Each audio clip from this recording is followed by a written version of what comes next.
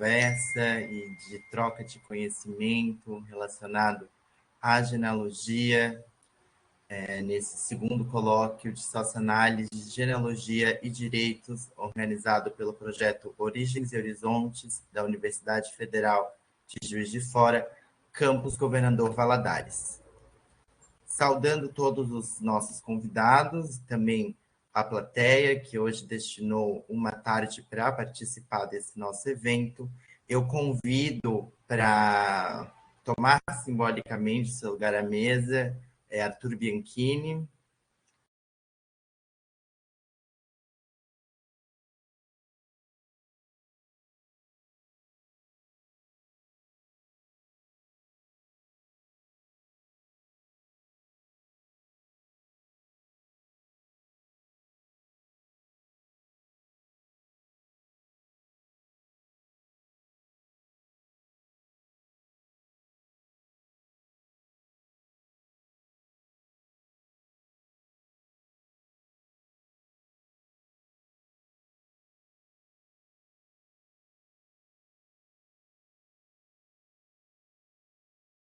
O Arthur é especialista em cidadania italiana iuris sanguinis, assessor da Smart Cidadania Italiana, tradutor juramentado, consultor técnico do Tribunal de Pávia, estudou ciências políticas, é poliglota e é também um grande conhecedor da genealogia sefardita de Santa Catarina, especialmente de Florianópolis, e que então vai estar hoje aqui nos apresentando um pouco sobre processo de reconhecimento de cidadania e genealogia.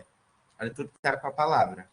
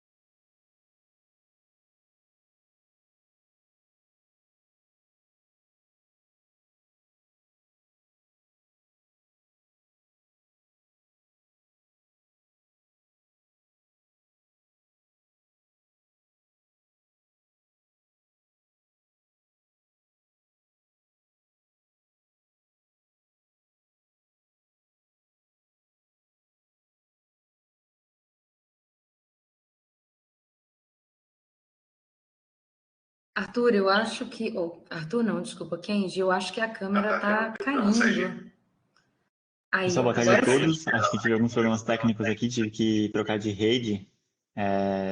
Peço perdão por esses problemas. Gostaria de saudar a todos os ouvintes. Quem também me convidou para participar dessa palestra, o Kenji. Posso começar, Kenji? É isso? Eu não peguei o início, assim. Tá certo, então. Bom, vou falar sobre cidadania italiana iuris sanguinis, que é um objeto de estudo meu já há muito tempo, quando eu iniciei a Faculdade de Relações Internacionais, desde 2009. Então, eu lido com cidadania italiana iuris sanguinis, e a gente vai ver um pouco desse processo, né, de como se deu esse processo e por que a gente ainda, os descendentes de italianos, têm esse vínculo jurídico com a Itália, né? Já por aí vocês podem perceber que eu sempre delimito muito o que é o vínculo jurídico e o vínculo social, e nem sempre esses vínculos eles caminham juntos, né? Algo é tu ter um vínculo jurídico com o país, e outro caso bem específico é tu ter um vínculo social com o país, né?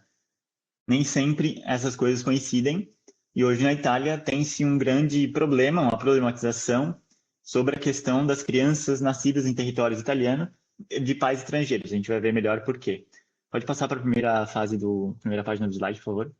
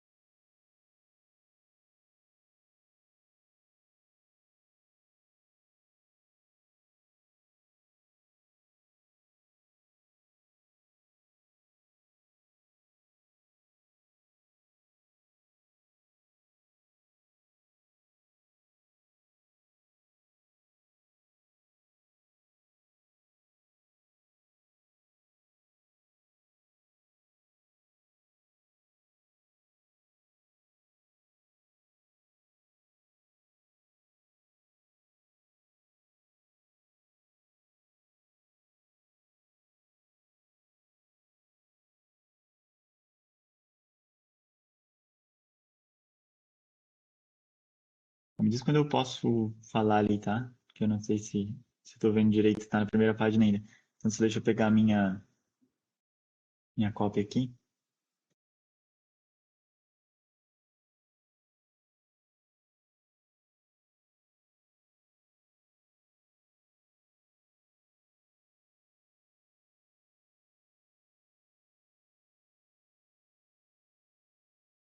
Bom, eu sempre começo, na verdade, essa palestra sobre cidadania italiana e Iuris Sanguinis com uma pergunta, né? Geralmente, nos nossos clientes, a gente começa assim também. Um casal de brasileiros tem um filho na Itália. Esse filho será revestido automaticamente da cidadania italiana ou brasileira? A princípio, muitos acreditam, né, que por ter nascido em território italiano, portanto, essa criança será revestida da cidadania italiana. O que acontece nas Américas, quase todas as Américas aplicam o direito de solo, né, iure soli, que é o direito à cidadania automática no país de nascença. Ou seja, se um casal de brasileiros tem um filho na Argentina, no Chile ou nos Estados Unidos, independentemente da nacionalidade dos pais, ele vai receber a cidadania de onde ele nasceu. Essa criança, portanto, será chilena, estadunidense. O que é muito diferente, né? Uma concepção diferente, a gente não está acostumado, nós americanos não estamos acostumados, à concepção europeia, que é a cidadania dos pais, né? Portanto, um casal de brasileiros que tem um filho na Itália, esse filho ele não será revestido automaticamente da cidadania italiana, ele receberá a cidadania dos pais, né? Que no caso será brasileira. Então, isso já pode, a gente pode perceber a princípio não cria nada muito complicado, mas à medida que o tempo vai passando, as coisas vão ficando muito complicadas, porque, por exemplo, a Itália, a lei italiana que da cidadania italiana iuris sanguinis, ela é a primeira, assim, de 1912, né? Ou seja, quase 120 anos aí, 130 anos, não, 110 anos de aplicação dessa lei, com alguns revestimentos e alterações. Mas o que faz com que se crie muitos nacionais fora da Itália e dentro da Itália, com a migração crescente a partir dos anos 70, né? Existem aí mais de 400 mil pessoas nascidas em territórios italianos que não são automaticamente cidadãos italianos, porque os pais têm cidadania estrangeira, né? Até a Itália queria aplicar agora o princípio do ius scholae, ou seja, que a criança que completasse um ciclo de estudos de 5 anos ela pudesse então pleitear a cidadania italiana. Mas é só para ter uma ideia geral, assim. Pode passar o terceiro slide que vai dar para ver bem, assim. A criança em território italiano, portanto, né, recebe a cidadania dos pais, portanto, ela será cidadã brasileira. Tu pode perceber ali que o mundo é dividido em duas coisas, né? Que é a iure soli e o iure sanguinis, né? Em vermelho, iure sanguinis, em azul, iure soli. Pode passar o próximo slide. Agora a gente vai verificar por que, né, que a Itália ela decide aplicar esse iure sanguinis, inclusive para descendentes de terceira ou quarta geração. Na verdade, já é bom desmistificar um mito que não existe limite de geração. Eu sempre escuto que a pessoa diz, ah, mas eu já sou a terceira geração, sou a última, na verdade, não é isso que se aplica, né? Inclusive em várias cidadanias, tanto a portuguesa, a espanhola, a alemã, eles não limitam a geração. Enquanto essas outras nações europeias, Portugal, Espanha, França e Alemanha, elas aplicam algo que é chamado a perda da cidadania, um dispositivo da perda da cidadania, a italiana, diferentemente, ela não aplica nenhum dispositivo de perda de cidadania, mas ela aplica uma faculdade a renunciar. Ou seja, aquele italiano que emigrou para o Brasil, que teve um filho no Brasil, se este filho não renunciou à cidadania italiana, né, ele automaticamente transmitiu aos seus descendentes, né? Porque a lei, se vocês forem observar, a gente vai observar logo mais ali na frente, em 1912, está escrito assim, que é cidadão italiano, filho de cidadão, né? Obviamente, o filho do filho do filho é uma cadeia, né? Uma reação em cadeia. Então, não existe essa esquema de limitação de geração. O que existe que pode influenciar na transmissão da cidadania italiana é a perda da cidadania ou a própria transmissão por diversos dispositivos, né? Mas só para a gente tentar o mais rápido possível fazer esse resumo da Itália pré-unitária, que é muito importante, né? A gente hoje, não só hoje, já há muito tempo estuda a Itália como se fosse um país uniforme, né? É até meio estranho para a gente colocar como, por exemplo, Leonardo da Vinci era italiano, ou Giovanni Boccaccio, Francesco Petrarca, sendo que o conceito de Itália era uma região geográfica, né? Não era um país unido, né? Vocês podem observar ali que a Itália, antes de se unificar, ela era dividida em vários estados, e esses estados eram dominados também por nações europeias. A gente pode ver ali o Reino Lombardo-Vêneto, que era dominado pelo Império Austríaco, depois o Império Austro-Húngaro. O Reino das Duas Sicílias ficou durante muito tempo sob dominação espanhola. Enfim, era um miscuglio, né? Como se diz em italiano. Era fracionada em diversos reinos, com línguas diferentes, né? Pode passar o próximo slide ali, por gentileza.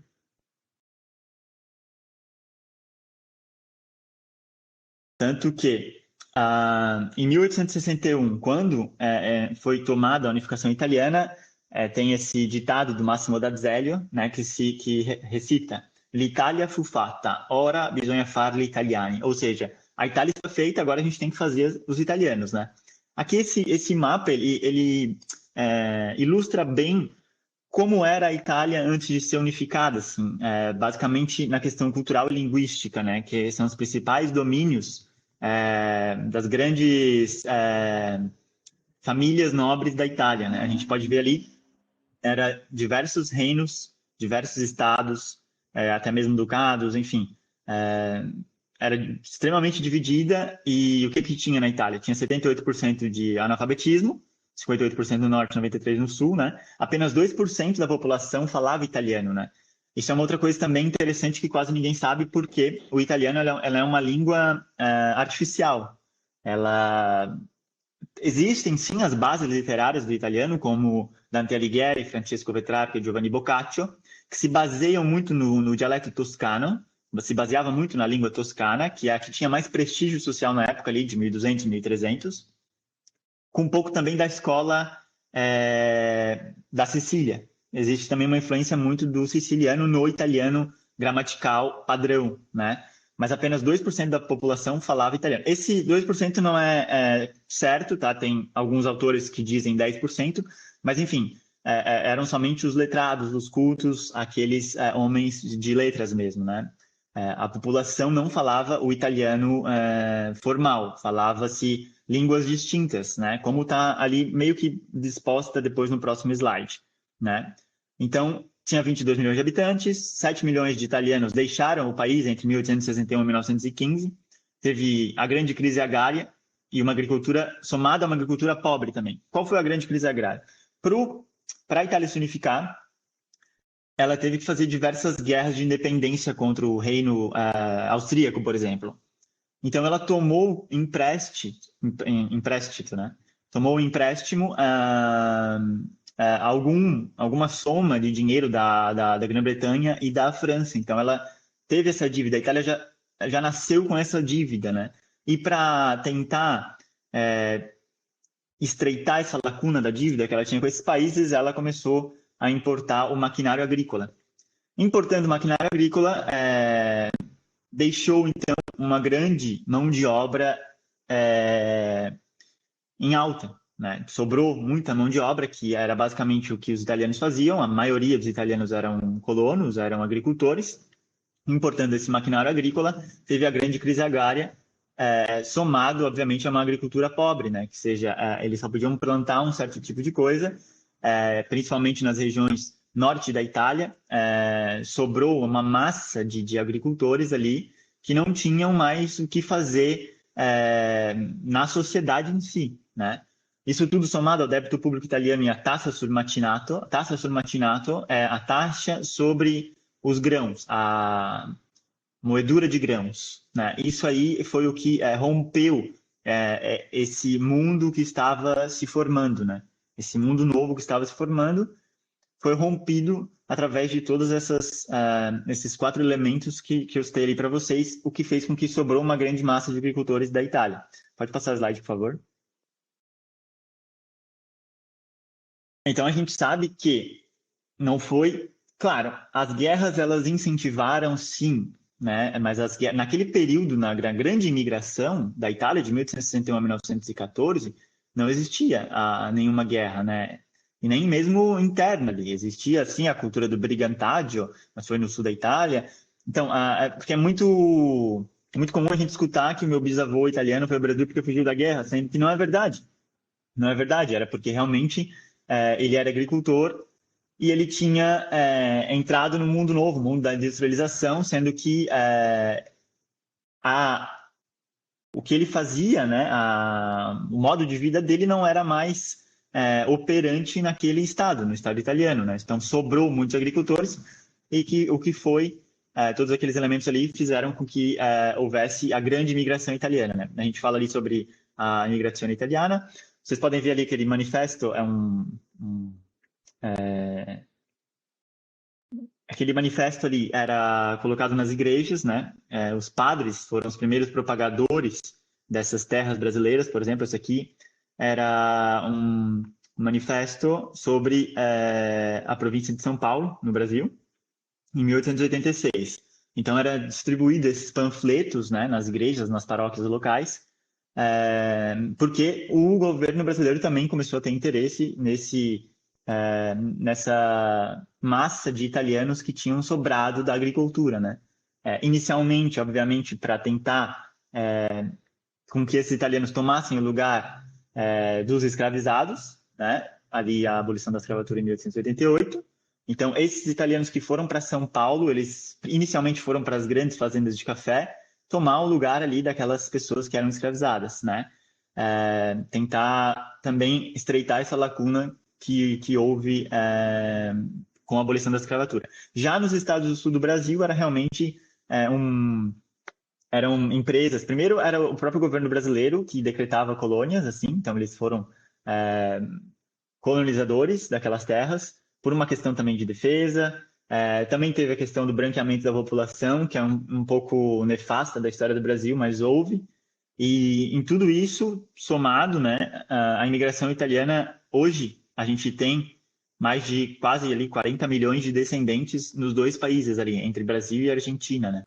O Brasil tem quase 22 milhões, 23 milhões, e a Argentina tem quase 16 milhões, né? É bastante mesmo, assim, um número de oriundi, né? Ou seja, de descendentes italianos na América do Sul. Pode passar, por gentileza, próximo slide. Mas de onde surgiu a cidadania italiana? Bom, a gente falou até agora da questão da imigração italiana. A gente viu, né, que a Itália era um conglomerado de estados pequenos e que não conversavam entre si, né? Existiam várias línguas dentro da Itália, cerca de 12 ramos linguísticos e mais de 270 dialetos, ou seja, quando eles emigraram para o Brasil, eles falavam línguas distintas, adoravam santos distintos, que era muito importante naquela época, o santo, né? Então, eles emigraram principalmente por causa da fome e por causa que eles sobraram no mundo industrializado, novo mundo industrializado italiano. Portanto, o que aconteceu nessa época? A cidadania italiana ela vem desde o Estatuto Albertino, que o Estatuto Albertino foi promulgado em 1848 pelo Carlo Alberto, né? Ele era rei do Reino da Sardenha e do Piemonte, que foi o estado que propiciou a unificação italiana. Então, unificando-se a Itália, foi tomado como para o Reino da Itália esse Estatuto Albertino, começou a valer no Estatuto, começou a valer como se fosse para o Reino da Itália. O que recitava o Estatuto Albertino? O Estatuto Albertino é muito importante porque ele recita que é cidadão do Reino da Itália aquela pessoa que reside em território italiano. Ou seja, inicialmente, a cidadania era concedida para os residentes no Reino da Itália, né? Isso foi aplicado também ali em 1865 com o Código Civil, que recitou uma coisa diferente, né? Recitou que é cidadão o filho de pai cidadão. Ou seja, vou fazer um resumo aqui para vocês. Entre 1848, né, 1865 e 1912 são as grandes 3 datas da Itália para a gente compreender o que é a cidadania italiana. Porque a cidadania italiana, ela funciona nesse aspecto e nesse arco temporal. 1865, 1912. Eram cidadãos italianos aqueles que se encontravam no Reino da Itália, tá?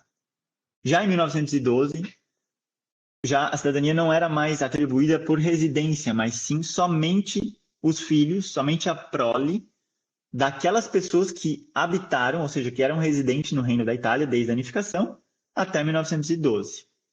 Portanto, isso traz uma coisa muito interessante do que é a cidadania italiana, que é eu tenho cidadania italiana, todas as pessoas que têm cidadania italiana no mundo, desde o presidente da República até mesmo o descendente de 5ª geração no sul do Brasil, ele é descendente, eles são, os dois, ambos, né? São cidadãos italianos não porque tiveram um pai nascido na Itália, ou tiveram um avô, até mesmo um bisavô. Não. Ambos tiveram um antepassado residente no Reino da Itália. É isso que concede a cidadania italiana automática. Ou seja, é porque eu tive um antepassado que se beneficiou da cidadania italiana porque era residente no Reino da Itália. E depois de 1912, essa cidadania ela é transmitida automaticamente à prole desses cidadãos. É um conceito bastante... a gente pode colocar em questão várias complicações aí, né? Até mesmo o que é uma cidadania tribal, porque é um conceito étnico muito evidente que é um conceito étnico, é evidente também que é um conceito tribal, só que, obviamente, o legislador de 1912, o que ele queria? O legislador de 1912 queria que aquela prole dos primeiros residentes do Reino da Itália tivesse um vínculo, né, com o país recém-nascido, porque se a gente for pegar no contexto, no mapa geral europeu, temos Portugal, com a colonização, povoamento e descobrimento do Brasil, não somente isso, mas as colônias da África, na Índia, enfim, Portugal chegou nos 5 continentes, né? Também temos a Espanha, né? Todo o sul, toda a América do Sul, temos a França também, com grande colonização, e a Itália praticamente nunca colonizou nenhum país da América do Sul, da África, depois ali na Segunda Guerra Mundial, com a Eritreia, enfim, mas isso a gente vai deixar de lado. Então a Itália ela não tinha nunca foi um reino, né, em que tivesse levado a bandeira ou a língua ou os costumes para terras longínquas. Eles sempre ficaram ali nas suas disputas entre cidades e estados. Então, o legislador fez com que a gente acredita, né, os estudiosos acreditam que o espírito da lei era para manter esse vínculo com o Estado, porque justamente a Itália era diferente desses reinos, né? Tanto é que a gente não vê aí... por isso que esses outros reinos colocaram um dispositivo de perda, né? Porque imagina se não tivesse colocado dispositivo de perda. Basicamente, todo o Brasil poderia aí... pleitear uma cidadania portuguesa, praticamente toda a América do Sul poderia pleitear uma cidadania espanhola, tanto aos africanos, a França, etc. Então, ali eles colocaram um dispositivo de perdas. Já a Itália, que nunca foi uma grande nação colonizadora, eles colocaram esse dispositivo de renúncia, né? Ou seja, se a pessoa não renunciou, é italiano automaticamente porque é filho de cidadão italiano, tá? Essa é a grande diferença da Itália no mapa geral europeu. Não é todos ali, nenhuma delimita uma limitação de geração, mas sim essas outras potências europeias instauraram um dispositivo de perda, já a Itália, não. A Itália não instaurou o dispositivo de perda, instalou essa faculdade de renúncia. Se tu não renuncia, tu é cidadão italiano, basta o Estado reconhecer, que é o que a gente faz, que a gente chama de cidadania italiana, a gente está fazendo o procedimento de reconhecimento da cidadania, ou seja, a gente reconstrói esses 130, 120 anos de história e leva isso para o Estado italiano analisar e reconhecer. Pode passar o slide ali, então, por gentileza.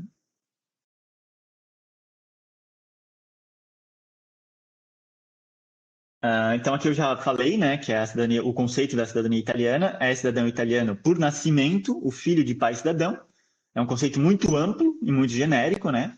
E isso, obviamente, é considerado também cidadão nato, né? Tu és cidadão nato brasileiro porque tu nasceste no Brasil e tu és cidadão nato italiano porque tu és filho de cidadão italiano, ou seja, teu pai, teu avô, teu bisavô, teu trisavô. O reconhecimento da cidadania, inclusive, ele é retroativo, ele retroage desde o teu nascimento, né? Pode passar o próximo slide, a gente vai falar um pouquinho do Dante Causa. Isso aqui é só para mostrar para vocês um registro de batismo. Esse registro de batismo é um pouco antigo, assim, 1715, mas é só para mostrar a pesquisa, né, que é feita, como é feita. Esse é um registro de batismo de Solanha, do meu antepassado, de um dos antepassados mais antigos que eu tenho registro. E enfim, esse Dante Causa a gente fala, claro que todos os pais, avós, bisavós são o Dante Causa, aquele que te dá a causa, aquele que te dá o privilégio e o acesso à cidadania italiana. Mas a gente utiliza esse termo Dante Causa para designar o último italiano que emigrou, sabe? Aquele último italiano que emigrou para o Brasil, para a Argentina, para os Estados Unidos, etc. Pode passar, por gentileza. Aqui eu vou tentar ser bem breve, tá? Mas se eu estiver passando aqui do meu tempo, vocês podem me cortar aqui, gente, por favor. Então, a gente já viu basicamente muitas coisas, mas é bom frisar algumas coisas aqui. A imigração italiana no Brasil, né? Entre 1861 e 1915, 1,5 milhão de italianos chegaram no Brasil. Isso é um dado muito preciso, inclusive ele chega a ser maior nessa época do que os próprios portugueses. Então, a imigração italiana no Brasil ela foi maior do que a portuguesa nessa época, tá? E ali o que eu diferencio ali naqueles pontos, né? A travessata, ou seja, a travessia do oceano. A travessia do oceano, segundo alguns autores, e eu também sou consoante a dizer que foi o que fez com que esses italianos, novos italianos, né, neo-italianos, eles reavaliassem os seus preconceitos, né, em confronto aos seus próprios conacionais, ou seja, um era de Bergamo, outro era de Treviso, o outro era, não sei, de Mantova. Eles não falavam línguas iguais, falavam línguas parecidas, não adoravam santos iguais, adoravam mais ou menos eram católicos. Então essa travessia do oceano fez com que fosse talvez a primeira vez que esses italianos, né, nascidos em território italiano, eles reavaliassem o quão maléfico e benéfico seria esse bairrismo que existe até hoje na Itália. Quem já veio para a Itália, com certeza teve a oportunidade de presenciar que eles são muito bairristas, né? Se chama campanilismo italiano. Campanilismo é a torre da igreja, né? Ou seja, eles só olham a própria torre da igreja, ali, a própria campainha da igreja. É basicamente isso, assim. E é muito sério essa cultura. Às vezes chega a ser até muito maléfica, assim, porque tem cidades que são... tem todas as características semelhantes, falam até mesmo o dialeto, mas porque muda uma vírgula, etc., eles já não se dão bem, já se odeiam, assim, praticamente, não se falam e etc.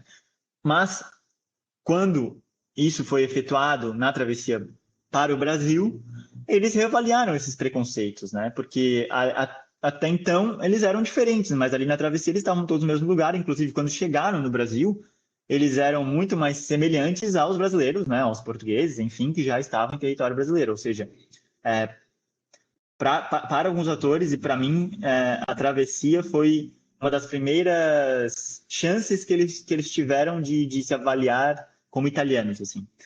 O catolicismo também foi algo que foi muito importante, que eu, inclusive, coloquei ali, né? Ou seja, foi aquilo que permitiu aqueles homens e mulheres de elaborar o conceito através das semelhanças e diferenças e até que ponto as diferenças eram vitais e inaceitáveis, né? A solidariedade também atuou muito parceira para haver essa homogeneidade, né, de italianos no Brasil. O próprio italiano, que é o Vêneto brasileiro, que foi a língua franca entre os imigrantes, que aconteceu depois. Isso foi até mais ou menos 1930, né? Por que eu estou falando isso? Estou falando isso porque foi um dos primeiros conceitos puramente italianos mesmo que a gente teve, né? Porque no Brasil nós nos dizemos descendentes de italianos, não importa se é do Vêneto, se é da Calábria, se é da Campania.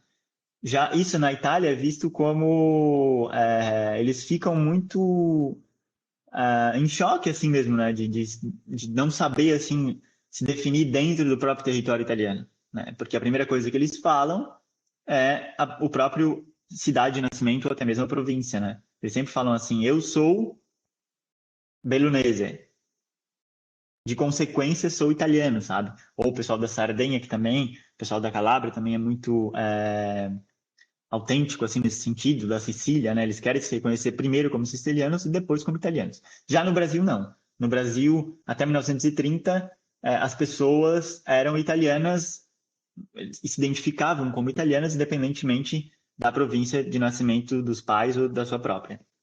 O que aconteceu depois foi a declaração do Estado Novo, né? A campanha de nacionalização de Getúlio Vargas, e com a declaração de guerra contra as potências do eixo, ser italiano se tornou um sinônimo de perigo, né? Tanto ali tem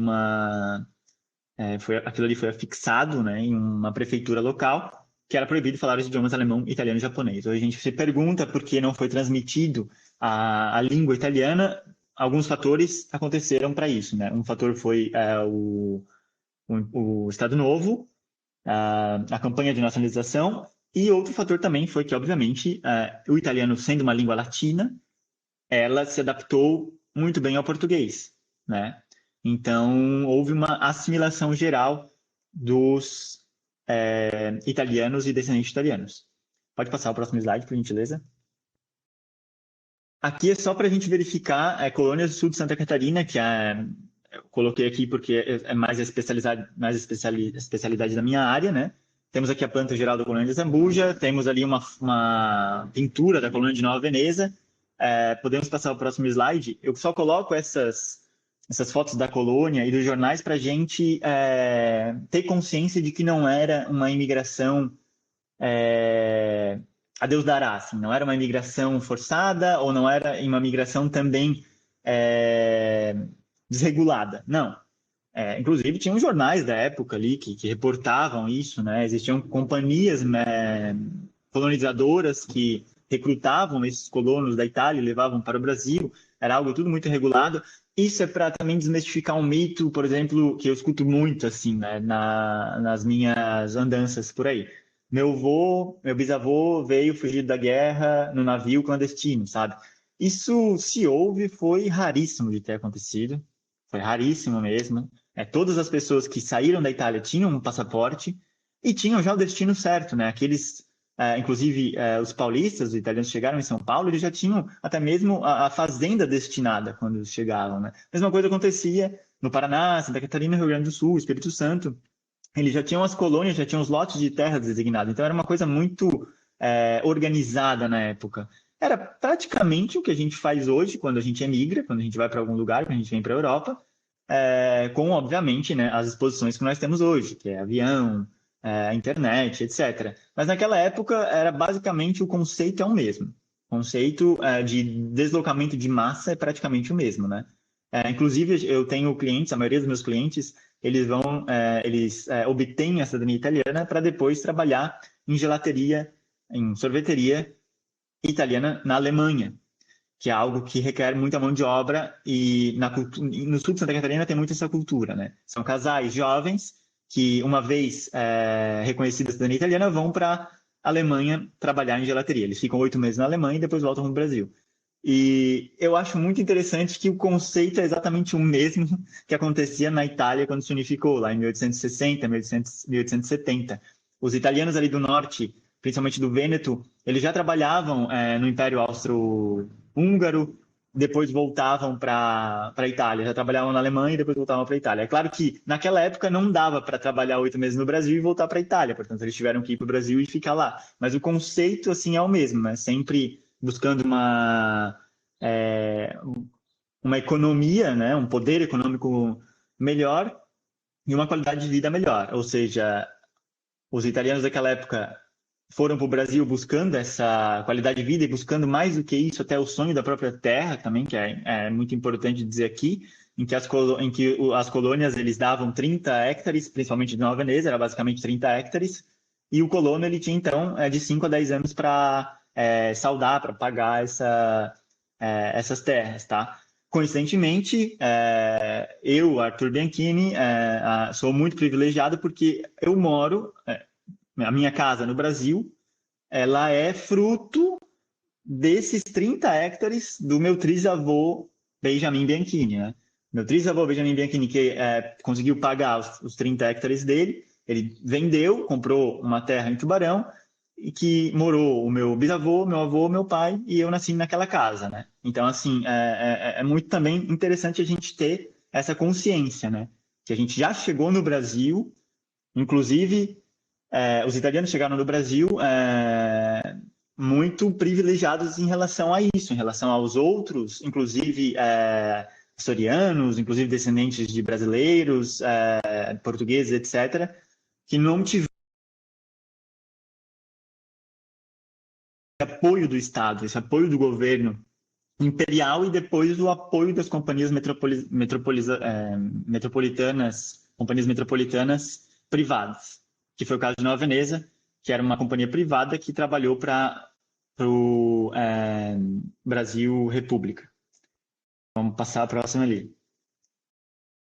Aqui é só algumas curiosidades os sobrenomes italianos, né? É bem uma parte que todo mundo gosta, assim. Por quê? Vou fazer uma breve sintática aqui para vocês. Algumas formas de sobrenome já eram utilizadas na antiguidade, né? Ali no Império Romano, já eram utilizados ali um nome, né, que indicava o pai, e o sobrenome, que era um apelido, né, adicional. Então, a gente tem vários senadores romanos com 3 nomes, porque cada um tinha uma função ali a ser interpretada. Com a frantumazione, com a queda do Império Romano, né, do Ocidente, o sobrenome ele caiu em desuso e se tornou somente ao nome original, que era um costume germânico naquela época, né, que era um costume dos povos bárbaros, digamos, historicamente tidos como bárbaros. A adoção do sobrenome em grande parte da Europa Ocidental se difundiu novamente na Itália a partir da Baixa Idade Média, né? Os primeiros a adquirir o sobrenome, então, foram os nobres, seguidos das classes mais baixas aqui, né?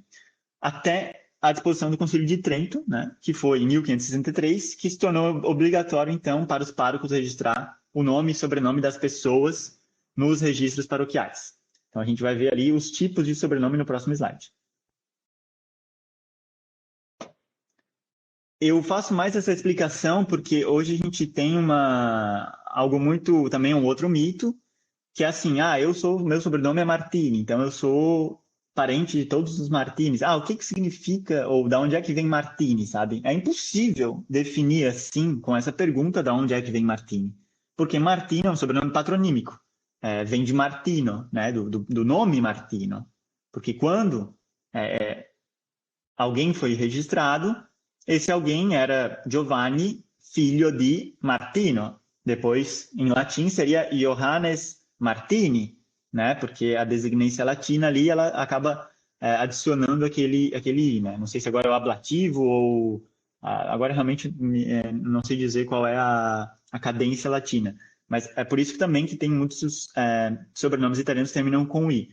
mas era simplesmente um João, filho de Martinho, né? Agora, qual Martinho que era, realmente não tem como definir assim, e da onde que era, não tem como definir simplesmente olhando o sobrenome e dizendo, Martini vem da região tal. Não, é impossível, né? Porque simplesmente vem de um Martino. A mesma coisa acontece com sobrenomes portugueses também, como Martins, do mesmo Martinho, como Nunes, do Nuno, e, enfim, eu vou só sintetizar aqui os tipos de sobrenomes, né? A gente acabou de falar agora, patronímicos ou matronímicos, indicava simplesmente o pai ou a mãe. Ali eu tenho como era em latim e depois os desdobramentos das línguas, tá? Porque os registros paroquiais ali em 1563 eram todos em latim. Então, portanto, quando nascia um João, filho de Pedro, eles indicavam Johannes, né? Filho quando, que significa filho de outrora, né? Filho de Petri, né? Johannes Petri, ou seja, Giovanni Petri em italiano, ou Giovanni Piero em Vêneto. Eles escreviam em latim, mas oralmente falava-se a língua local. Não se falava Johannes, se falava Giovanni na Toscana, e no Vêneto se falava Joane, ou mais ali embaixo em Nápoles falava Ioane, dependendo como é que era João nessas outras línguas locais, tá? Aqui eu boto as variações, todas aquelas variações ali vocês percebem, ó, Gianni, Gianno, Giannino, Gianello, poi depois Zanella, Zanetti, Zanini, são todas variações locais do mesmo nome, que é João. Todos esses sobrenomes todos aqui significam filho de João. Agora vocês percebem que é muito absurdo a pessoa perguntar assim, eu sou Zanello, de onde é que é? Simplesmente alguém que era filho de João, só que na variação local, e tem um hipocorístico ali, ou seja, um apelido carinhoso, né? Essa pessoa se chamava Zanello. Sobrenomes também podem ser étnicos ou toponímicos, que indica a localidade de origem, né? Como, por exemplo, Leonardo da Vinci, né? Da Vinci era o local de origem dele. Ou espanholo, milanese, mantovani. Isso não quer dizer que o teu antepassado, o teu último antepassado da Itália, eu sou João Mantovani, então quer dizer que o meu último antepassado na Itália nasceu em Mantova? Não, não quer dizer. Mas no início dos registros paroquiais, a pessoa, sim, possivelmente, ela deve ter vindo de Mantova, ter ido de Mantova para outro lugar. Então, portanto, como não tinha, como ele já era, obviamente, uma idade adulta, né? Eles colocavam, então, a proveniência daquela pessoa. Também pode ser um caráter augurale, scaramantici ou trovatelli, ou seja, eu posso designar algo para aquela pessoa, eu dar umas boas novas para aquela pessoa, ou trovatelli, que eram as pessoas deixadas na roda, né, que eram os órfãos. Indica uma boa nova ou um esconjuro, né? Ou seja, benvenuti, nascem bene, talvez ele tenha tido problemas no parto, então, portanto, vou chamar ele de Giovanni nascem bene, né? Para que ele nasça bem, sabe? É uma coisa assim que eu quero. E olha ali, aquele ali são os trovatelli, né? São os órfãos. Esposito ou exposto, ou dependendo de onde é que era. Em Nápoles, se eu não me engano, é Esposito. E outras regiões da Itália, Esposto, ou mesmo Trovato, Trovatelli, outras coisas que eu coloquei ali. Casa Grande, que era o lugar, né, era o orfanato, orfanatrófio. Ventura, né, ou seja, que tenha mais ventura nessa vida. Dio t'aiuti, ou seja, Deus te ajude. Allievi, aluno, né, ou seja, veio nessa vida para aprender. Ou também eram tidos como apelidos. Os apelidos a gente tem que fazer um pouco mais de atenção aqui, porque eles podem indicar uma ironia, ou eles podem ser realmente ofensivos, mas eles podem ser o oposto, sabe? Ou seja, ou características físicas, comportamentais ou fatos ocasionais. Ou seja, Rossi era aquele que tinha cabelo mais vermelhos, mais avermelhados, né? Bianco, Bianchi, ou seja, Bianchini, que é o meu sobrenome, possivelmente era um pessoal que ou trabalhava com farinha ou eles eram realmente mais brancos, né? Gobbi, Grassi, Astuti, Bruschi. Fumagalli é bem interessante, porque Fumagalli aquele que rouba galos, galinhas, né? Ou seja, é um fato ocasional. Caccialupi, aquele que caça lobos, né? E aquele ali, por exemplo, Astuto, astuti poderia ser uma pessoa que não era astuta, mas que era realmente mais devagar, mais lerda ali. Então a gente tem que fazer um pouco mais de atenção nesses sobrenomes que são apelidos, tá? Ou eles podem vir também de profissões, título ou condição, né? Ferrari, que é ferreiro, barbiero, medici, giudice, que é juiz, ou a condição daquela pessoa, né? Vassallo, capitano, que é capitão, obviamente, preti, padre, mezzadri, que praticava mezzadria, que era a 50% ficava com o agricultor e 50% com o patrão, tá? Pode passar a próxima, por gentileza, que a gente já finalizou. Então, eu espero que esse breve resumo eu tenha tocado alguns pontos interessantes da cidadania italiana e também os sobrenomes italianos. Agradeço novamente, tá, a todo o pessoal que participou e que fez acontecer esse segundo colóquio, principalmente ao Kenji, um grande amigo, grande genealogista.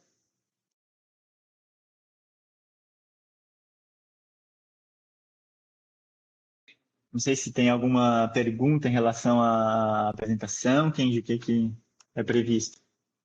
Bom, Murilo fez uma pergunta, ele questionou se é correto dizer, então, que as mulheres Só um pouquinho que eu não estou italianas... escutando, Kenji.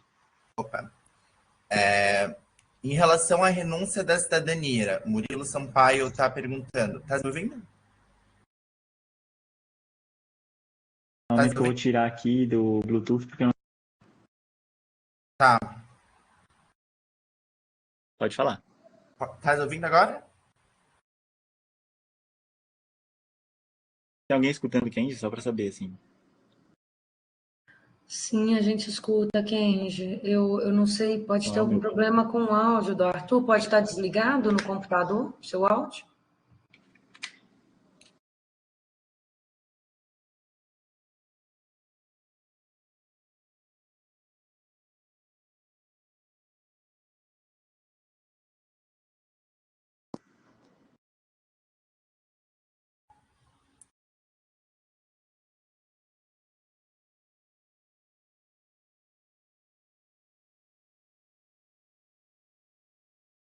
Tá me ouvindo agora? Agora sim? Tá, perfeito. Agora a gente começa uma rodada de perguntas e depois eu faço alguns comentários. Bom, Murilo Sampaio perguntou, em relação à renúncia das cidadanias, é correto dizer então que as mulheres italianas que se casaram com homens de outra cidadania renunciaram voluntariamente à cidadania italiana, já que não passam a cidadania para os seus descendentes? Era de conhecimento público essa perda?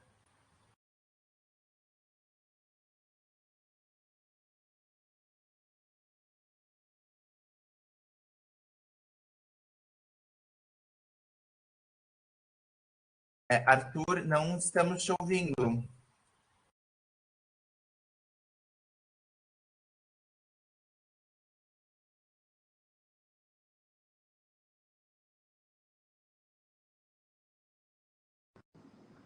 Agora estão ouvindo? Beleza. Então, sobre a questão do dispositivo da perda das mulheres é um caso à parte, tá? Porque a renúncia a Itália, o Reino da Itália, o Código Civil italiano de 1865 era extremamente patriarcal. Tudo fazia referimento ao pater familiae, ou seja, ao chefe de família. Tudo era referimento a ele. Tanto que, se o chefe de família renunciasse à cidadania italiana e os filhos não tivessem completado a maioridade, que era 21 anos, eles também perderiam, né, a cidadania italiana. É chamada seguir a sorte do pai. Até os 21 anos, então, eles seguiam a sorte do chefe de família. A mulher italiana, ela não poderia transmitir a cidadania italiana, ela não pôde transmitir a cidadania italiana até 1983, desculpa. Muita gente fala de 1948. É verdade, sim, mas esse reconhecimento de 1948 só houve em 1983, com a Corte de Cassação. Ou seja, só em 1983, a Corte de Cassação julgou improcedente que a mulher italiana não transmitisse a cidadania italiana, e aí retrocedeu até a promulgação da Constituição Italiana de 1948. Né? Ou seja, sim, a mulher italiana, então, ela passou a transmitir a cidadania italiana a partir de 1948, porém, esse direito só foi reconhecido em 1983 com a Corte de Cassação, que acontecia até 1912. Até 1912, a mulher italiana que se desposasse um estrangeiro, ela sim seguiria a cidadania do marido. Ela sim seguiria a cidadania do marido. Então, antes de 1912, por mais que ela tivesse tido um filho depois de 1948, não sei se dá para tentar entender. Por exemplo, uma mulher italiana casou com um austríaco em 1910. Ela se tornou cidadã austríaca. Mesmo que ela venha a ter tido um filho em 1948, ela não transmitiu a cidadania italiana, porque quando ela casou com o cidadão austríaco, automaticamente ela abdicou da sua própria cidadania italiana. Isso não era, obviamente... Bom, dizer que era público é muito relativo, porque, obviamente, o Código Civil estava exposto, né? As leis estavam expostas, mas não acredito que era algo que as pessoas soubessem, principalmente a classe mais pobre, mais agricultora da Itália. Assim, talvez as classes cultas, sim, mas as classes que tinham menos acesso, acredito que não sabiam, não.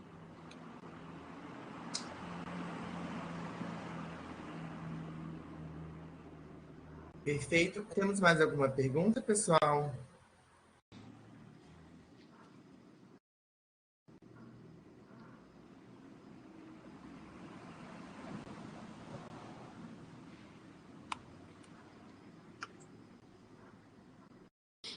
Tranquilo.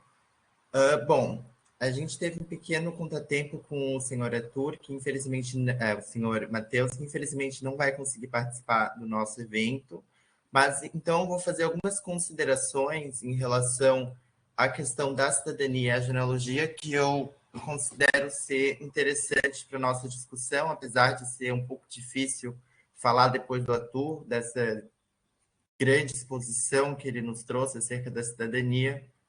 Mas tem algumas questões que eu acho interessantes de trazer. Tenho percebido já há algum tempo um certo preconceito entre, digamos, pesquisadores genealogistas mais antigos com genealogistas mais novos que iniciaram sua pesquisa em razão da cidadania. Eu não consigo conceber uma possibilidade de ser uma pesquisa de, digamos, segunda categoria.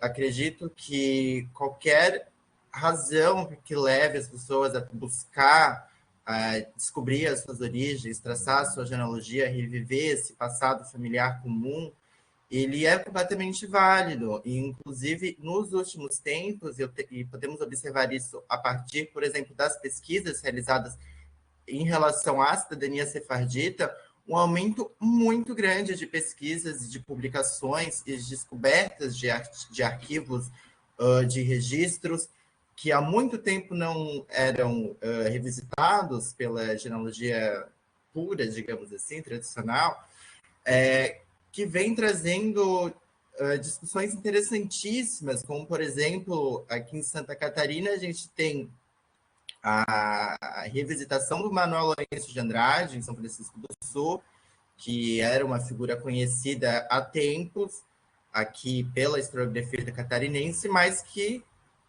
acabou descobrindo que também tinha uma origem judaica sefardita e que isso levou, então, a um aumento do interesse da pesquisa em relação àquele ramo, que acabou resultando em publicações, em discussões, em criação de grupos de debate sobre essa descendência e também uma união e uma amizade entre descendentes desses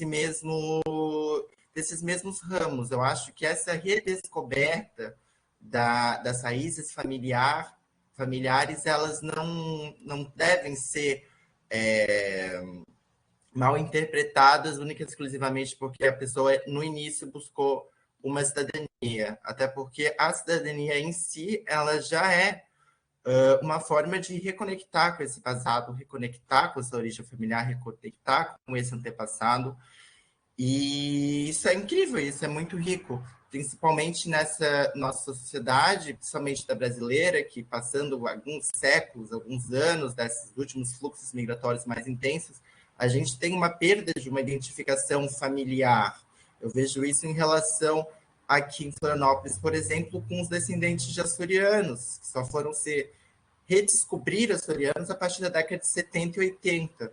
Tem a tese de doutorado do Sérgio Luiz Ferreira, que ele trabalhou, que se chama Nós Não Somos de Origem, que ele trabalha com a retomada do açorianismo, da identificação com os Açores, em descendentes de açorianos aqui na região de Florianópolis, que não sabiam ser descendentes de açorianos, apesar de muitas das suas práticas do cotidiano, diários e do folclore local, de danças e de músicas e da culinária, serem tipicamente açorianos. Então, essa redescoberta do passado comum acaba resultando em benefício para a sociedade como um todo. E hoje a gente já consegue ver alguns movimentos, inclusive aqui, pelo menos em Santa Catarina, com a Casa dos Açores, de confraternização e de resgate dessa estirpe familiar, dessa valorização dos antepassados, que tem um grande benefício cultural, acredito eu. Em relação à pesquisa e à sistematização de dados, a gente consegue... Não tem pergunta ali. Principalmente em relação às cidadanias, a gente consegue ver que hoje a gente já tem grandes bancos de dados de documentações, de certidões e de ramificações disponíveis nas mais diversas plataformas online, que permitem uma democratização dessa informação. Se antes, no passado, a origem estava... As informações sobre a origem das famílias, elas estavam relegadas a alguns livros, como a genealogia paulistana, a genealogia paranaense. Vejo que a partir um pouco da década de 90, a gente já tem uma democratização dessas informações, principalmente a partir do Family Search e das plataformas de depósito de árvores genealógicas que têm essa disponibilização gratuita.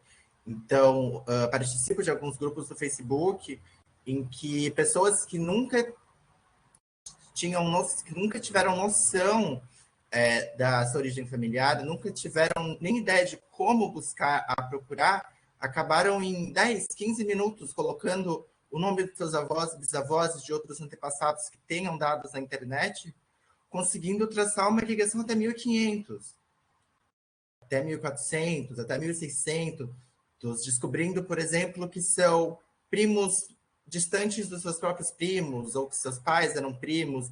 Então, fazendo esse resgate, né, da linhagem familiar. Novamente, tocando um ponto que o Arthur falou, a gente tem, somente na cultura nosmática brasileira, em relação à transmissão de sobrenomes, algumas diferenças que a Itália possui.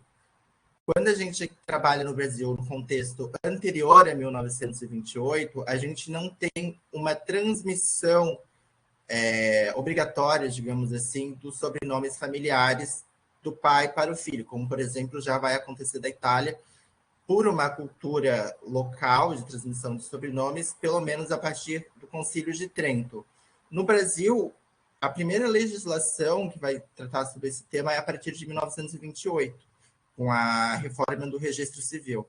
Antes desse período, principalmente em locais de colonização exclusivamente portuguesa, a gente vai ter uma falta de sequências lógicas dentro dessa atribuição de sobrenomes, o que torna um pouco difícil a pesquisa. E é por isso que, nesses casos, diferentemente do caso italiano, a gente vai precisar necessariamente fazer uso dessas bases de sistematização de dados e vai precisar fazer uso principalmente de registros nominativos, que são aqueles registros que contêm nomes de pessoas, que na genealogia, em sua maioria, a gente acaba utilizando os registros paroquiais e registros civis, registros paroquiais a partir do Concílio de Trento, e os registros civis aqui no Brasil, em que pese uma tentativa anterior de implementação em 1874, vai ser implementado de fato a partir de 1888, então vai ser necessário esse cruzamento. Então, a pesquisa genealógica no Brasil, ela tem esses dois enfoques que eu acho que é importante, que é ter esse uso de sistemas de banco de dados, como o Family Search, que é gratuito, e ter esse uso das fontes nominativas, principalmente registros paroquiais, justamente porque não tem essa obrigatoriedade da transmissão dos sobrenomes, então a gente pode ter um avô, um pai, um filho, os três com sobrenomes completamente diferentes, e que não necessariamente a gente, de primeiro, a gente consegue verificar um encadeamento de geração, mas corroborando com a prova, daí a gente consegue montar a nossa árvore genealógica. Eu acho que sobre o tema de sistematização, e comentando um pouco a fala do Arthur, era isso que eu tinha para dizer. Mais alguma pergunta, pessoal? Kenji, eu tenho uma pergunta. Eu vou tentar aqui até abrir a minha câmera para poder falar, mas enquanto ela não abre, se é que vai abrir. Arthur, muito obrigada por ter aceitado o nosso convite. Fico muito feliz. Aqui a gente tenta trabalhar esse protagonismo do grupo, né? A minha câmera não está abrindo, viu, Kenji? Por isso que eu vou manter só o áudio. E é muito importante, como o Arthur não, o Kenji acabou de colocar também, que a gente possa explorar essa pesquisa de todos os motivos possíveis que tenham, né, estimulado o início daquela genealogia, porque a pessoa, depois que começa uma pesquisa genealógica, a conhecer mais sobre si, embora ela possa ter sido motivada por uma ação instrumental, prática no início, uma racionalidade curta, muito provavelmente isso vai começar a fazer parte da sua vida e dos seus interesses, e outros elementos acabam sendo fortalecidos, né? Eu achei interessante na fala do Arthur em dois momentos, Kenji, em que ele, não sei se ele está com problemas de conexão ou apenas desligou a câmera, em que ele coloca duas questões, assim. Primeiro, a questão cultural, né? Essa tentativa de homogeneização, né? Tudo bem, Arthur? Nós ainda não nos conhecemos. Eu sou a professora Fernanda Alcântara e junto com o professor Mário coordeno o projeto. Prazer. Muito prazer. Estou aqui sim. Obrigada por ter aceitado o convite. Mas primeiro que você colocou a questão cultural, né? E a gente vê, a primeira discussão que se faz é sobre como é que quem pede cidadania, qual o vínculo, e às vezes a gente vê algumas pessoas questionando, poxa, mas não fala nem a língua, né? E aí tá entrando com o processo de cidadania. Mas veja, depois do momento em que entra com o processo, a pessoa também se sente estimulada a aprender a língua, a aprender mais sobre a cultura, né? Na maioria dos casos, houve um apagamento, uma dificuldade de manutenção desse capital cultural, né? A gente discute muito isso. No meu caso específico, né, meu companheiro foi descobrir a sua ancestralidade italiana, porque eu sou genealogista e comecei a pesquisar, e falei, olha, está aqui todo o mapa da sua família, né? E aí fomos requerer, né, a cidadania italiana. Então, a família, apesar de ser avô, é um vínculo muito próximo, a família foi perdendo esse dado, inclusive porque o avô era um dos imigrantes, essa exceção da exceção que você comentou, que não tem qualquer registro de entrada nele no país. Ele provavelmente veio como clandestino, de fato, né?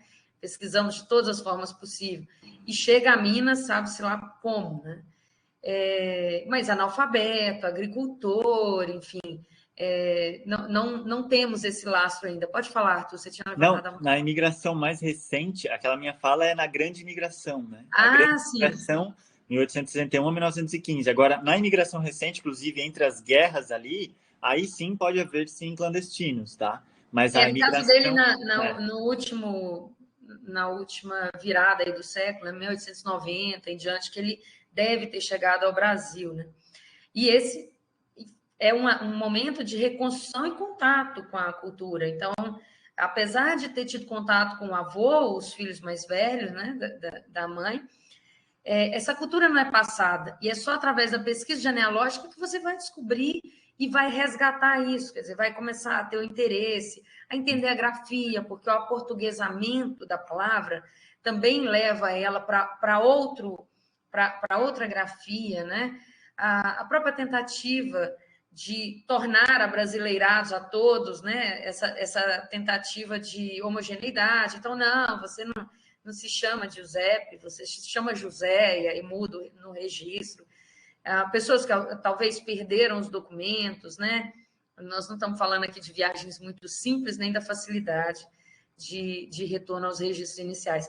E o outro ponto que eu acho interessante, que você tocou, é a questão de como as câmaras municipais no Brasil contratavam com os imigrantes italianos, né? E esse contrato era feito, firmado entre as câmaras que exerciam função de prefeituras, né? E as comunes italianas. Então, é muito interessante em Minas o caso de Piau, que é quase como uma capital da imigração italiana em Minas, né? E como é que esses contratos eram forjados, como é que chegava a entrada por Juiz de Fora, enfim. E o fato de que essa mão de obra italiana, ela vem para substituir a mão de obra escrava. E aí foi um ponto que eu acho fenomenal você ter ressaltado, como é que a gente percebe que ao negro não foi dado essa recolocação e o assentamento nas terras. A abolição da escravatura simplesmente coloca o negro numa situação de desvinculação daquele modo de terra, enquanto que a chegada do colono italiano, né, que vai, inclusive, ter falsas expectativas também, porque em alguns casos eram expectativas não cumpridas, né, a promessa de terra que não se cumpre, enfim, contratos de trabalho complicados, isso vai divergir em vários locais no país, né, mas o tratamento é diferenciado. Então, muito importante a sua fala, né, ao dizer, olha, reconheço que esse tratamento me condiciona e me coloca numa situação hoje diferente, porque aqui no projeto Origens e Horizontes, a gente discute isso, como é que um capital cultural formal, como é que o acesso a direitos, como é que isso condiciona a nossa colocação hoje, né, como é que a nossa existência depende de toda essa relação passada, né? Então, se você puder falar um pouco mais sobre isso e como é que você vê isso a partir da sua própria genealogia e da condição do seu território, eu agradeço. Obrigado mais uma vez. Imagina, eu que agradeço novamente. Muito prazer, né, Fernando? Existe uma outra coisa ali que eu quero só citar, que é a questão linguística. Tu começasse dizendo sobre a questão linguística. Não, agora me perdi aqui no que eu ia dizer. Mas, enfim, sobre essa questão das terras é muito importante mesmo, porque eu fui ter consciência disso, óbvio, né? Era dito, assim, na família que a gente sempre foi dito que a gente é descendente italiano pela parte do meu pai, né? E pela parte da minha mãe, acontecia aquilo que o Kenji mencionou, inclusive aquele trabalho do Sérgio, do Dr. Sérgio, ele é excepcional. Ele, para mim, foi um trabalho, assim, ó, que abriu um mar, assim, para mim. Porque a minha bisavó materna, ela era analfabeta, ela já tinha uns 90 e poucos anos, e eu tinha uns 10 anos, e conversava muito com ela, eu gostava muito de ler, então eu lia a Bíblia para ela, me lembro. E ela era analfabeta e eu gostava de escutar.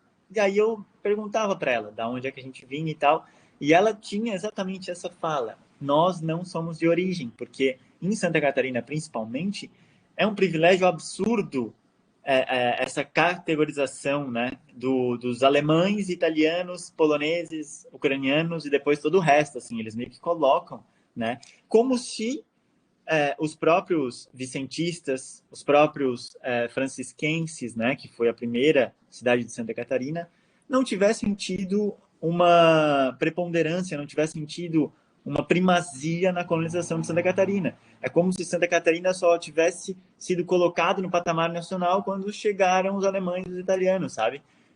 Isso é uma das coisas muito tristes que acontecem na nossa história. E quando eu tive essa consciência de que eu peguei os registros, né? Eu fui atrás. Em Santa Catarina conclui muita coisa, assim, ainda guarda muita coisa. Em Minas Gerais, realmente é extremamente dificultoso a pesquisa. No sul de Minas é uma coisa absurda de pesquisa de registro de italianos, é muito complicado mesmo. Talvez, falo aqui, seja uma forma que eles não quisessem, inclusive, divulgar o que estava acontecendo no sul de Minas, né? Talvez seja dessa forma. A mesma coisa, os registros nos cafés, nas fazendas de cafés de São Paulo também. É muito difícil encontrar o registro da fazenda mesmo, né? Ou o quanto se pagava, o quanto os registros, enfim, dos trabalhadores italianos nessas nessas fazendas. Já em Santa Catarina, os registros eles se mantiveram porque, obviamente, era uma colonização um pouco diferente, né? Era uma colonização mais de defesa, mais também de assentamento naqueles locais, né? Que era ali disputado, historicamente sempre foi disputado com a Espanha, depois disputado com outros povos sul-americanos.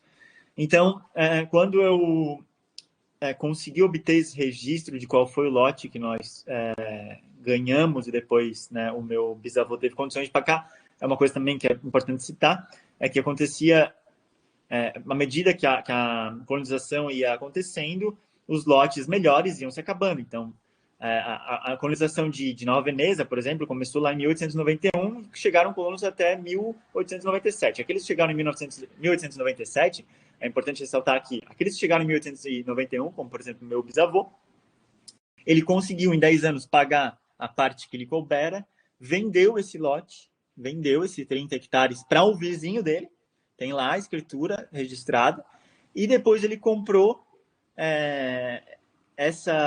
esse terreno, lá, primeiro foi na Barra do Norte, no município de São Ludgero, e daí deste terreno ele vendeu, mais uma parte comprou a parte em Tubarão, ou seja, acabou chegando no meu bisavô essa parte lá em Tubarão, que é a casa onde meu avô nasceu, meu pai nasceu e eu nasci, né? Ou seja, é muito irrespeitoso eu negar minha própria história, né? Muito irrespeitoso no confronto de outras pessoas eu dizer, não, meu bisavô sofreu tanto quanto o teu. É uma mentira, né? Porque meu bisavô ele teve acesso a essas condições, teve acesso ao pagamento da terra, teve acesso a essa inserção, primeiramente colonial, mas mesmo os produtos coloniais eles iam para desterro, chegavam através de desterro no Porto do Rio de Janeiro. Existiu, inclusive, em Nova Veneza, sobre uma negócio de tecelagem de bicho de seda. Eu não sei muito bem como é que funcionava, assim, vou ser bem sincero, mas sei que existiu isso, tá? Existiu também óleo de rícino. Eles produziam óleo de rícino, eles conseguiam que esse óleo chegasse até Laguna, de Laguna para desterro, de desterro para o Rio de Janeiro, que era obviamente... inclusive tem até uma história local que se conta lá em Nova Veneza, que os vestidos que os da capital, né, os cariocas, os vestidos que os cariocas adquiriram, que pensavam ser da França, eram todos feitos nas colônias, né? Era uma história assim local, não sei se isso realmente é verificável, mas eu acredito que sim. E o que eu quero dizer com tudo isso, né? É porque obviamente houve sim por mais que fosse negligenciado em algumas partes ou menos, houve sim um projeto, né? Houve um projeto estatal, primeiramente do Império, depois da República, para essas pessoas, para esses colonos. O que não houve com os escravizados e depois com os descendentes de açorianos ou aquelas outras pessoas que chegavam no Brasil através de outros meios, né? Então é importante a gente saber reconhecer, porque quando a gente fala de privilégios, a gente sabe que existe um privilégio, mas a gente não consegue tocar, né? Eu já consigo tocar nesse meu privilégio, entendeu? Então eu acredito também que se as pessoas pesquisassem, elas saberiam tocar nos seus próprios privilégios, saberiam dizer onde é que está aquela questão. Porque já chegamos no Brasil, os italianos já chegaram no Brasil com, bem ou mal, apoio, primeiramente do Império e depois da República. É interessante quando o Arthur coloca desse apoio, desse privilégio que tiveram os imigrantes, quando a gente... Kenji, você desligou o seu microfone. Opa! Não, eu ia só comentar um ponto que a professora e o Arthur eles, comentaram, que é em relação a esse privilégio. O privilégio dos imigrantes, quando vieram para o Brasil, ele é tão grande que o Império, constitucionalmente, com uma religião oficial, o catolicismo, ele chega a um dado momento, a partir da imigração germânica, principalmente da colônia imperial de Petrópolis, a ter de criar uma modalidade de registro que civil, digamos assim, antes da instituição do registro civil, específica para registrar os registros de imigrantes católicos. Eu tenho aqui o número, eu trabalhei agora no meu TCC, esse dado, ele chega a essa discussão em 1861. ele vai chegar até o Conselho do Império por conta de uma discussão em relação ao divórcio de uma alemã protestante chamada Catarina Scheid. E isso leva a uma discussão parlamentar em razão de uma ameaça do governo da Prússia de suspender a imigração alemã ao Brasil se não houvesse uma tomada de decisão no sentido legislativo de regularizar os assentamentos registrais dessa população, porque eles não conseguiam nem ser enterrados em cemitério católico, nem ter os direitos relacionados ao seu casamento garantidos pela legislação brasileira, por conta da instituição pelo Império do Brasil das disposições tanto do Conselho de Trento quanto das constituições primeiras do Arcebispado da Bahia, que reconheciam o casamento enquanto sacramento e logo um sacramento vinculado ao catolicismo, não se admitindo nenhuma outra forma de registro. Então, tamanho o privilégio dessa população que uma modalidade, que inclusive chegou a ser discutido se seria inconstitucional, porque estaria se admitindo uma ingerência de uma religião que não seria oficial do Estado dentro da prática registral, apta a ter esse movimento parlamentar, a ter essa institucionalização registral que previa um sistema duplo, que o pároco da religião católica ia fazer a certidão e depois ia transcrever em outro livro, e essa movimentação acaba resultando depois ali em 1874, depois de 1888 vai ter a criação daí do registro civil, que vai seguir mais ou menos esse parâmetro. E é interessante que o registro de casamento dessa população católica, ela não era um registro de casamento civil, ele era um registro de casamento acatólico que era lavrado em um livro civil, porque não se admitia ao período a existência de um casamento civil, porque o casamento era uma instituição sacramental. Nas religiões católicas não há um sacramento, mas eles fizeram uma analogia ao sacramento para poder ter validade jurídica, mas que realmente só vai ser instituído o casamento civil em 1890. Então, eu vejo dentro de toda essa discussão como houve um tratamento diferenciado para essa população quando eles vieram para o Brasil, não só em relação à entrega de terras, a oportunidade de trabalho, mas todo um aparato estatal, legislativo, inclusive, que fazia de tudo para acolher essa população. Enquanto a gente vê os escravizados sofrendo de 1500 até hoje, os escravizados, seus descendentes, todos os inglórios dessa política absurda e desumana, que dentro do seu tratamento de desumanização do ser humano, inclusive privava ele de ter um sobrenome.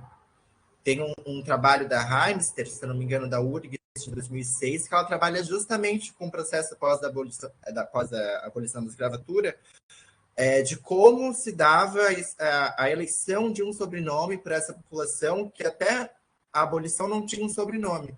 Então, ela trabalha com o sobrenome enquanto um capital simbólico de liberdade e das relações entre essa população, entre si, entre a sociedade, que vai desacolhê-la ao mesmo tempo que abole o seu regime de escravidão. É um trabalho bem interessante, inclusive, se alguém quiser ler, eu posso deixar o link aqui junto com os outros. Eu acho que essas eram algumas considerações que eu tinha para fazer. A gente discutiu isso hoje na primeira mesa, né? E como é que a transição faz com que os escravos acabem recebendo o sobrenome dos seus proprietários, o que é uma grande perda, porque você não consegue mais localizá-los, nem geograficamente, nem etnicamente. Muito bem lembrado, eu não conhecia, não, esse trabalho, essa tese de doutorado. Queria, inclusive, agradecer também, Priscila, por ter colocado aí no chat também a referência da dissertação de mestrado dela. Como a gente está na segunda edição do evento, Arthur, a gente está formando uma rede de academia, universidade, com leigos, né? E, por exemplo, o Kenji a gente conheceu na primeira edição, hoje ele é voluntário no projeto. Então, a gente sempre deixa aberta essa oportunidade, né? Priscila, os demais também, para que sejam voluntários no projeto. O projeto atua democratizando a informação, ensinando para as pessoas, dando dicas sobre como fazer os primeiros passos, também propondo para que esses voluntários transcrevam livros e que fiquem com a autoria, né, dessas transcrições, vai ter o selo da Universidade Federal de Juiz de Fora, né? Mas para que a gente fortaleça esse processo do acesso ao dado, do entendimento do documento, né? Às vezes a pessoa tem aquele documento em mãos, mas ela não sabe sequer ler aquele documento, né? É uma leitura dificultada, que precisa de um especialista, de alguém que já conhece os signos, né? E a gente trabalha muito com esse processo de horizontalização do conhecimento e de partilha, né? Convenhamos, se tem uma coisa que é muito bacana na genealogia, é essa ideia de coletividade. A genealogia, eu sempre falo isso, ela não funciona isoladamente. Uma pessoa muito egoísta, ela não se dá bem na genealogia, porque para ela receber, ela tem que doar, né? E ela só vai fortalecendo essa rede e se fortalece junto. Então, é uma coisa que é interessante, né? É um contato diferente. Assim, você não consegue nenhum resultado genealógico se você fizer uma pesquisa isolada, egoística, né, Arthur? Como é que é a sua experiência? Exatamente, não, eu tenho vários exemplos, inclusive um dos exemplos é o próprio Kenji Nakashima. A gente também tem um outro pesquisador aqui lá em Santa Catarina, que é o Sérgio Amorim, e a gente sempre troca figurinhas assim sobre as novas, mais recentes descobertas e tal. O que a gente falou até do fundador de São Francisco, Manuel Lourenço de Andrade, que inicialmente acho que eu comecei a pesquisar, cronologicamente eu acredito que tenha sido eu um dos primeiros assim a pesquisar, e depois o Kenji entrou em contato comigo, aí eu passei todo o meu estudo, dali o Kenji já fez um outro estudo, já passou para outro pesquisador, que foi o professor Júlio, um historiador lá do Rio Grande do Sul também, que acrescentou muito mais. Depois também tivemos o Sérgio Amorim, que acrescentou trabalhos assim muito interessantes, né, que ele começou a pesquisar nos arquivos ultramarinos de Portugal. Uma coisa super interessante também, um outro exemplo é que a gente estava pesquisando sobre a ascendência desse Manuel Lourenço de Andrade, né? E então eu fui pessoalmente na Torre do Tombo, lá em Portugal, lá em Lisboa, solicitar o desarquivamento dos processos de inquisição daqueles que a gente considerava que era primos ou parentes, né, desse Manuel Lourenço de Andrade. Então eu fui lá, solicitei vários desses processos de inquisição, e aí quando eu recebi, passei para algumas pessoas, e depois a própria Torre do Tombo disponibilizou no site dos arquivos da Inquisição, sabe? Então, assim, se ninguém tivesse ido lá solicitar, isso nunca teria sido disponibilizado publicamente. Mas é isso mesmo que tu falou. E depois eu recebi um estudo, inclusive, que foi do professor Júlio, utilizando vários desses processos que eu tinha solicitado desarquivamento. E eu falei para ele assim, pô, esse processo foi eu que solicitei o desarquivamento. Ele assim, nossa, interessante, né, saber disso, porque através deles é que eu consegui fazer essa pesquisa aqui. E realmente, assim, foi uma das pesquisas mais interessantes que eu já vi, que eu já tive a oportunidade de ler, sobre a ascendência do primeiro povoador, digamos, né, de São Francisco do Sul, que é o Manuel Lourenço de Andrade. E o Kenji também é descendente dele, sabe dizer o quão gratificante e importante foi essa colaboração entre os genealogistas. É um ótimo exemplo. E, gente, olha, sempre tem a devida ética na condução da nomeação da autoria, viu? Não se esqueçam disso. Isso é uma coisa bacana, porque mesmo o leigo entende isso em genealogia e faz. Ninguém fica com os dados descobertos. É bacana você dizer, olha, foi Arthur, foi Kenji, quem chegou primeiro nesses dados ou quem solicitou. Isso é muito interessante na genealogia, né? Uma conduta, uma orientação ética muito associada a essa noção que a gente tem hoje da pesquisa científica, né? E que eu acho que a gente precisa continuar estimulando, não é verdade? Bom, nós estouramos o tempo da nossa mesa, foi muito bacana, Arthur. Uma pena que o Matheus não tenha conseguido chegar, né? Nós tivemos um problema no envio do link para o professor. Vamos tentar encaixá-lo na mesa de amanhã ou nas mesas de quinta.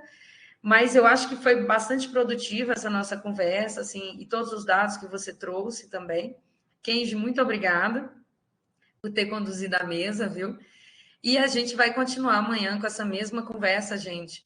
A gente começa logo a primeira mesa e depois a segunda, né, do dia, ou seja, a terceira e a quarta mesas do evento. Nosso evento é curto, é apenas um colóquio.